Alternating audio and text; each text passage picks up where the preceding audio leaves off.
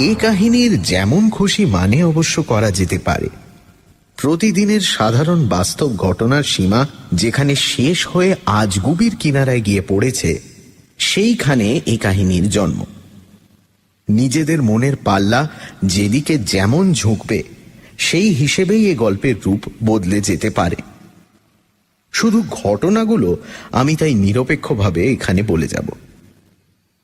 ব্যাপারটার আরম্ভ যেভাবে হয়েছিল তা স্মরণ করলে এখনো আমি কেমন যেন একটা অস্বস্তি বোধ করি। সেই অন্ধকার বাদলার রাত, থেকে থেকে বৃষ্টি হচ্ছে, কিন্তু আকাশের অসহ্য গুমট আর কাটতে চাইছে না। মোগলসরাই স্টেশনের 3rd ক্লাসের ওয়েটিং রুম ঠিক নয়, টিনের চাল দেওয়া বিশাল শেডের তলায় একেবারে একলা রাত 2টোর একটি ট্রেনের জন্য অপেক্ষা করছি। আর আকাশের মেঘের ডাকের সঙ্গে পাল্লা দিয়ে চারিধারে ইঞ্জিনের শান্টিং, মালগাড়ির পরস্পরের সঙ্গে ধাক্কা ও বিশাল জাংশন স্টেশনের অসংখ্য অস্বাভাবিক অদ্ভুত আওয়াজ শুনছি। বিশাল টিনের শেডের মাঝখানে মিটমিট করে যে একটি মাত্র তেলের আলো জ্বলছে, তাতে সামনের অন্ধকার একটু তরল হয়েছে মাত্র। শেডের কোণে কোণে সে আলো একেবারেই পৌঁছয়নি। শেডটি শুধু যাত্রীদের অপেক্ষা করবার নয়, মাল রাখবারও জায়গা। একধারে টিনের চাল পর্যন্ত বড় বড় কিসের বস্তা স্তূপাকার করে সাজানো। আমি যেখানটায় ওজন করবার যন্ত্রটার উপর বসেছিলাম, সেখানে পরের পর সাজানো পিপের পাহাড় অস্পষ্টভাবে দেখা যাচ্ছে। আর এক পাশে কেরোসিন কাঠের একগাদা বাক্স ভালোভাবে ঠাহর করে দেখলে চোখে পড়ে। মাঝে মাঝে বাইরের উজ্জ্বল বিদ্যুৎ চমকে সমস্ত শেড আলোকিত না হয়ে উঠলে অবশ্য এ সমস্ত আমি লক্ষ্য করতাম কি না সন্দেহ। বিদ্যুতের আলো মিলিয়ে যাওয়ার সঙ্গে সঙ্গে প্রতিবার সমস্ত শেড আরো অন্ধকার হয়ে উঠছে যেন। কেমন একটা অস্বস্তিকর অদ্ভুত মিষ্টি গন্ধে বাতাস ভারী হয়ে আছে। ঘোরালো অন্ধকারের জায়গাটা লাগছে রহস্যময়। শখ করে অবশ্য এই জায়গায় আসিনি। স্টেশনের কোনো ওয়েটিং রুমে জায়গা না পেয়েই বাধ্য হয়ে এখানে আসতে হয়েছে। 2nd ক্লাস ওয়েটিং রুমের সবকটা আসনই ভর্তি। ইন্টার ক্লাসের জন্য নির্দিষ্ট ঘরটিতে কে একজন যাত্রী হঠাৎ ভয়ঙ্কর অসুস্থ হয়ে পড়ায় ভয়ানক গোলযোগ ও বিশৃঙ্খলা। মাত্র ঘণ্টাখানেক অপেক্ষা করলেই গাড়ি পাওয়া যাবে জেনে শেষে এইখানেই আশ্রয় নিয়েছি। কিন্তু শেডের তলায় আর কোনো যাত্রী না দেখে প্রথমটা একটু আশ্চর্যই হয়েছিলাম। 3য় শ্রেণীর যাত্রীরা কি আজকাল আর ট্রেনে চাপে না? তবে রাত এখন অনেক। যাত্রী যা 2-1জন আছে, বৃষ্টি সত্ত্বেও স্টেশনের প্ল্যাটফর্মেই হয়তো কোনো রকমে আশ্রয় নিয়েছে, এমনও হতে পারে। নির্জন শেডের ছমছমে অন্ধকারে বসে থাকতে থাকতে মনে হচ্ছিল আমারও প্ল্যাটফর্মে কোনো রকমে একটা আশ্রয় খোঁজাই ভালো ছিল। হাত ঘড়িটার উজ্জ্বল ডায়ালের দিকে চেয়ে দেখলাম সবে 1টা বেজেছে।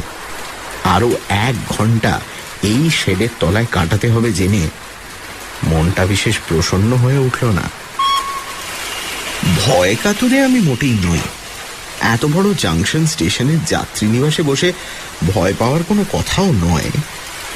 তবু আবছা অন্ধকারে চারিধারে স্তূপাকার মালের মাঝখানে বসে থাকতে থাকতে অস্বাভাবিক নির্জনতার জন্যই বোধহয় কেমন যেন একটা অস্বস্তি বোধ করছিলাম। বাইরের শান্টিং প্রভৃতি শব্দ ও মেঘের ডাকের ফাঁকে ফাঁকে ঘরের এক কোণ থেকে কেঠো পোকার কাঠ কুড়ে কুড়ে ফুটো করবার একঘেয়ে শব্দ শোনা যাচ্ছে।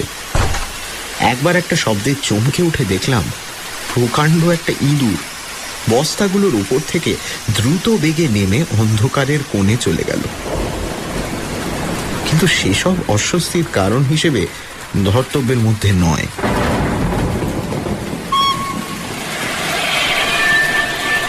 15 মিনিট আরও এইভাবে কেটে যাওয়ার পর কিন্তু সত্যি অস্বস্তিটা যেন অত্যন্ত বেড়ে গেল মনে হলো। বড় রেল স্টেশনের শব্দের কোনো ধরা বাঁধা নিয়ম নেই। হঠাৎ মাঝে মাঝে সব একেবারে থেমে যায়, তারপর আবার শুরু হয় অতর্কিতে। এখন যেন শব্দের বিশৃঙ্খলার মধ্যে সেই রকম একটা ফাঁক পড়েছে। আকাশে মেঘের ডাক নেই, কেঠো পোকাটাও যেন ক্লান্ত হয়ে থেমে গেছে। অসাধারণ একটা নিস্তব্ধতা। সে নিস্তব্ধতা আমার পেছন দিকে খুব কাছাকাছি আচমকা একটা প্রচণ্ড ফোঁসফোঁসানির শব্দে ভেঙে গেল।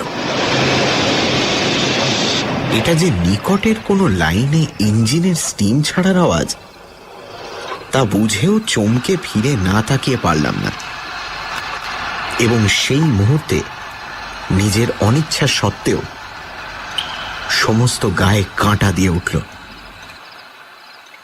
বিচার করে দেখলে গায়ে কাঁটা দিয়ে ওঠার এমন কোনো হেতুই অবশ্য ছিল না, কিন্তু যে ঘরে এতক্ষণ নিজেকে একা বলে জেনে এসেছি, সেখানে আচম্বিতে ঠিক নিজের পেছনেই অপরিচিত সাদা একটি মূর্তিকে বসে থাকতে দেখলে প্রথমটা একটু বিচলিত হয়ে ওঠাই অস্বাভাবিক বোধ হয় নয়।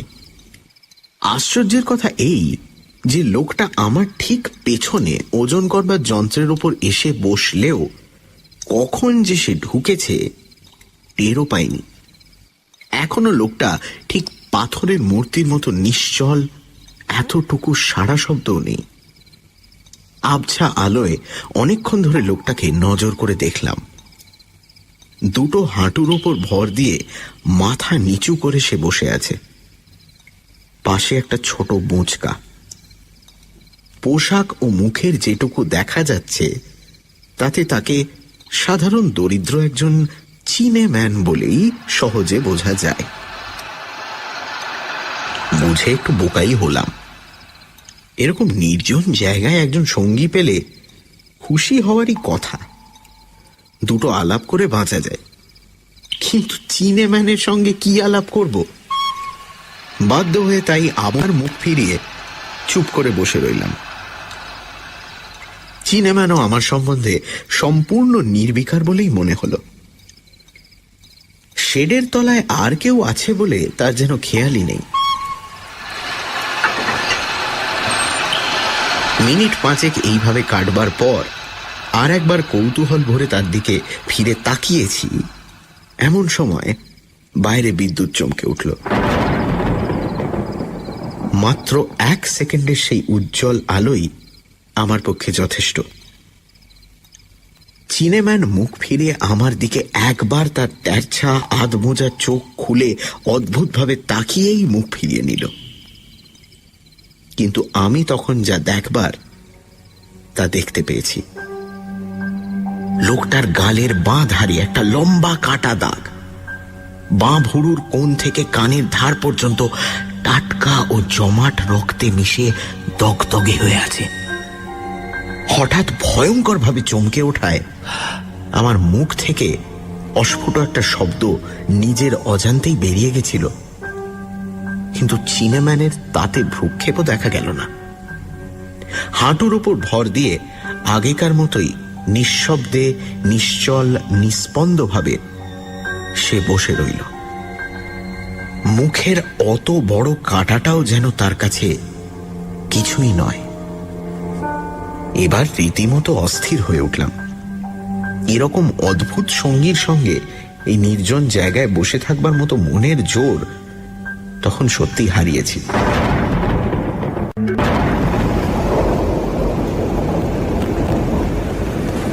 বাইরে বৃষ্টি আবার জোরে পড়তে শুরু করেছে। তা সত্ত্বেও উঠে প্ল্যাটফর্মেই চলে যাব ঠিক করলাম। সঙ্গে ছোট সুটকেসটা তুলে নিয়ে উঠতে যাচ্ছি, এমন সময় বাইরে অনেক লোকের গোলমাল শোনা গেল। গোলমালটা এই দিকেই আসছে।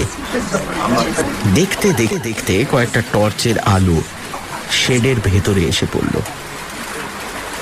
তারপরেই কয়েকজন রেলওয়ে পুলিশ ও একজন কর্মচারীর আবির্ভাব।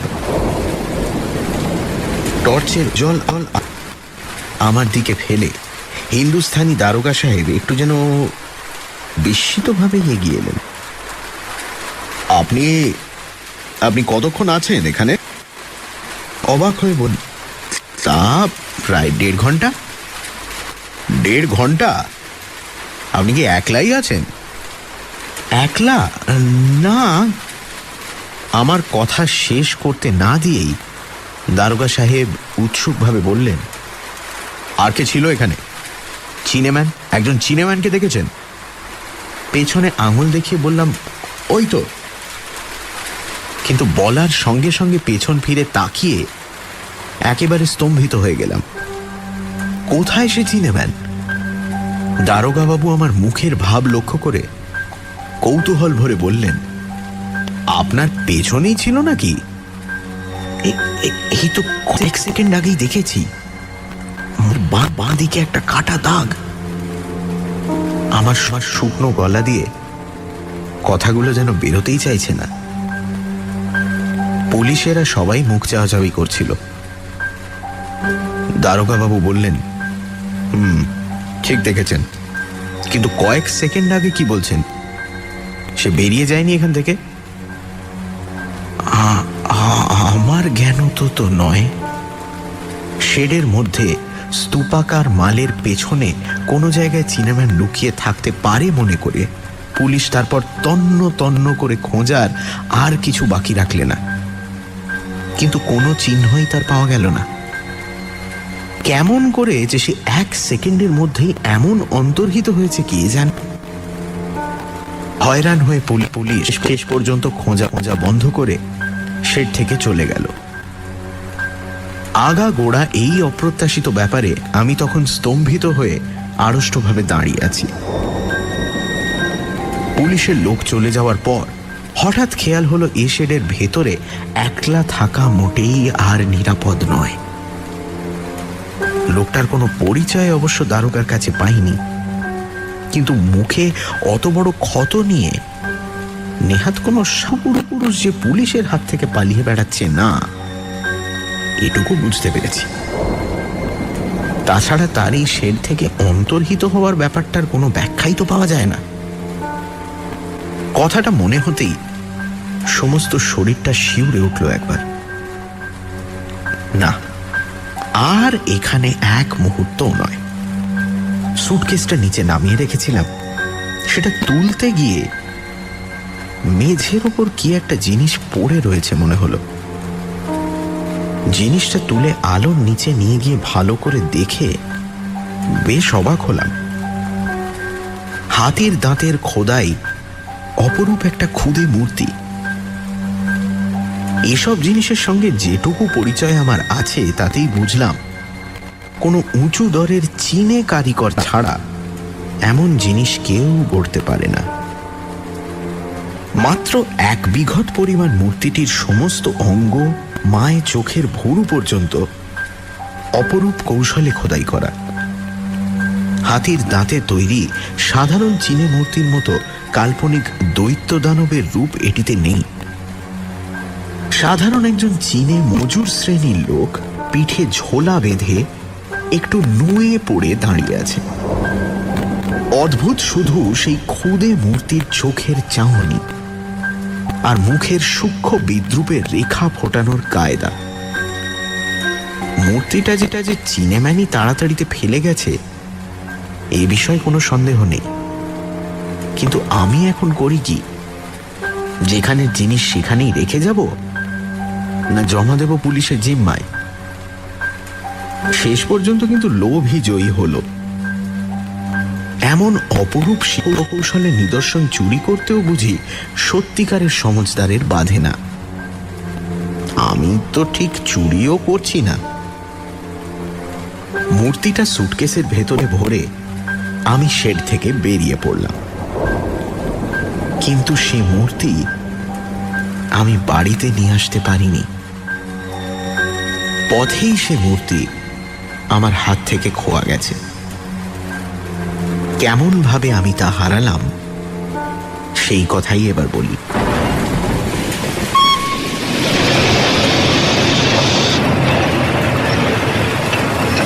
রাত্রির 2টো ট্রেন আধ ঘন্টা লেট করে যখন স্টেশনে এসে পৌঁছল, তখন বৃষ্টি মুষলধারে পড়তে আরম্ভ করেছে। সেই বৃষ্টির ভেতরে ভালো কামরা খোঁজ করবার উৎসাহ আর ছিল না। সামনে যে কামরা পেলাম তাইতেই উঠে কিন্তু খুশি হয়ে গেলাম। কামরাটি একেবারে খালি। একটা বাঙ্ক দখল করে শুয়ে পড়লে এরপর যত লোকই উঠুক না কেন, বাকি রাতটুকু ঘুমের ব্যাঘাত আর হবে না। ঘুমোবার আয়োজন করবার আগে কিন্তু আর একবার মূর্তিটি বের করে দেখবার কৌতূহল জয় করতে পারলাম না। ট্রেনের জোরালো আলোয় তার কারুকার্য আরো ভালো করে দেখবার সুবিধা হবে বলে সুটকেসটা খুলে ফেললাম। কিন্তু কোথায় মূর্তি? সব জিনিসের ওপরে যে সেটিকে রেখেছিলাম সে কথা স্পষ্ট মনে আছে। সুটকেসটি যে রকম জিনিসে ঠাসা, তাতে নাড়াচাড়ায় ওলট পালট হয়ে যাওয়ার সম্ভাবনাও নেই। তবু সন্দেহ ভঞ্জনের জন্য ওপর কাপড় চোপড়গুলো এক এক করে তুলে ফেললাম। দেখলাম যে মূর্তিটা আছে ঠিক, কিন্তু এভাবে সিল্কের রুমালটায় জড়িয়ে সেটাকে রেখেছিলাম বলে কোনো মতেই স্মরণ করতে পারলাম না। অবশ্য তখন মাথার অবস্থা আমার খুব ভালো ছিল না। হয়তো বিমূঢ়তার মধ্যে এইভাবে রেখে থাকবো মনে করে সিল্কের রুমাল খুলে সেটা বের করলাম। ট্রেনের জোরালো আলোয় তার অপূর্ব কারুকার্য সত্যি আরো স্পষ্ট হয়ে উঠল। কিন্তু একটা খুঁতো সেই সঙ্গে দেখতে পেয়ে মনটা খারাপ হয়ে গেল। শেডের ম্লান আলোয় এই খুঁতটুকু ধরা পড়েনি। চীনের হাত থেকে অসাবধানে মেঝে পড়বার সময়ই বোধহয় মূর্তিটির মুখের বাঁ ধারে একটু চিড় খেয়ে গেছে। সামান্য একটু সূক্ষ্ম দাগ মাত্র, কিন্তু এমন মূল্যবান জিনিসের এইটুকু খুঁত থাকলেও মন ক্ষুণ্ণ হয়। সযত্নে মূর্তিটিকে আবার সিল্কের রুমালে জড়িয়ে সুটকেসের ভেতর তুলে রাখলাম। তারপর সুটকেসটি মাথার কাছে রেখে পুলিশের ফেরারি আসামি সাধারণ একজন চীনেম্যানের হাতে এমন দামি জিনিস কেমন করে এসে পড়েছিল ভাবতে ভাবতে কখন যে ঘুমিয়ে পড়েছি জানি না।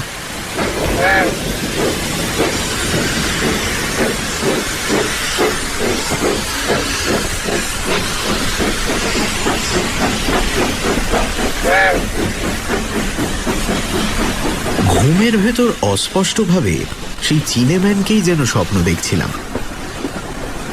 আমার মাথার কাছে দাঁড়িয়ে অজানা ভাষায় সে যেন কি বলে আমায় শাসাচ্ছে। হঠাৎ আমার মাথাটা ধরে সজোরে সে ঝাঁকুনি দিল। ঘুমটা সহসা ভেঙে গেল।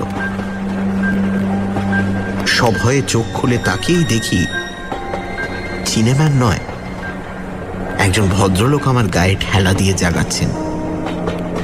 বিমূঢ়ভাবে উঠে পড়লাম। ট্রেন একটা স্টেশনে এসে থেমেছে।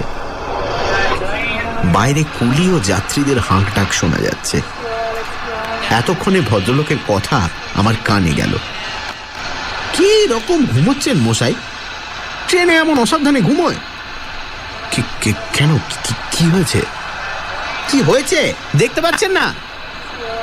দেখতে আমি মুহূর্তেই পেলাম আমার সুটকেস খোলা।